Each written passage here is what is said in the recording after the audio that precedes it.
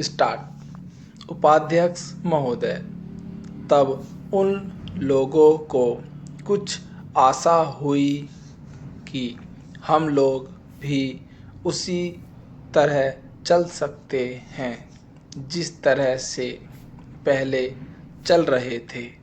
लेकिन अभी हाल में जो चुनाव हुआ उससे देश के धनिकों के मन में बड़ा संदेह पैदा हुआ कि इस चुनाव के बाद उनकी स्थिति वैसी नहीं रहेगी जो अब तक चली आती रही है।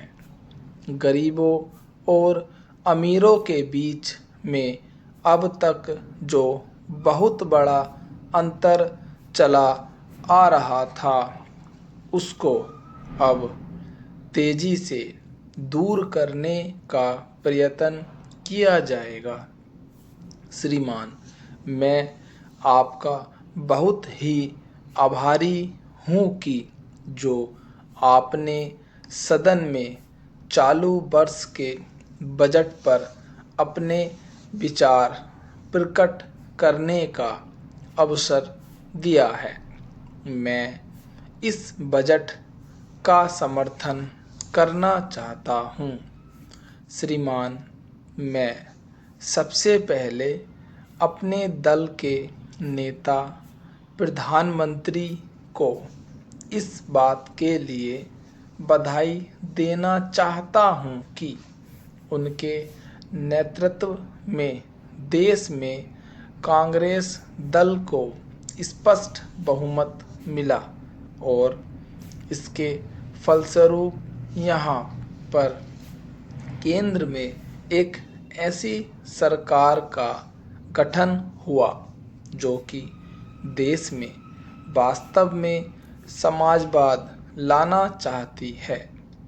मैं वित्त मंत्री जी को इस बात के लिए बधाई देना चाहता हूँ कि लोकसभा के मध्यावधि चुनाव जनता द्वारा कांग्रेस दल को जो आदेश दिया गया था उन्हें स्मरण है और वह तन मन धन से उसका पालन करना चाहते हैं।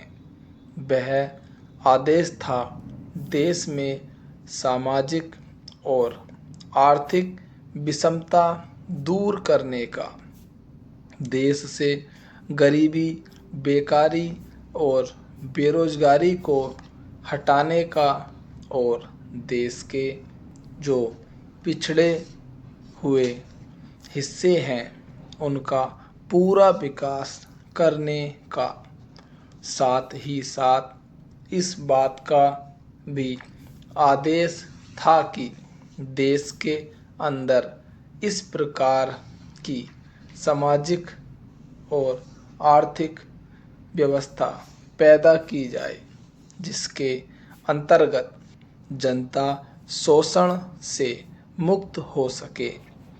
श्रीमान, यह ठीक है कि देश में कृषि के क्षेत्र में उत्पादन में वृद्धि हुई है, परंतु इसके साथ ही साथ यह भी दृष्टि में रखना चाहिए कि लागत में भी पूरी वृद्धि हुई है। इसके लिए आवश्यक है कि सिंचाई के साधन बढ़ाए जाएं और अधिक उन्नत बीजों का प्रयोग किया जाए। आज कृषकों को कृषि के यंत्र मिलने में बहुत कठिनाई हो रही है। जैसे छोटे छोटे ट्रैक्टरों का देश में बड़ा अभाव है।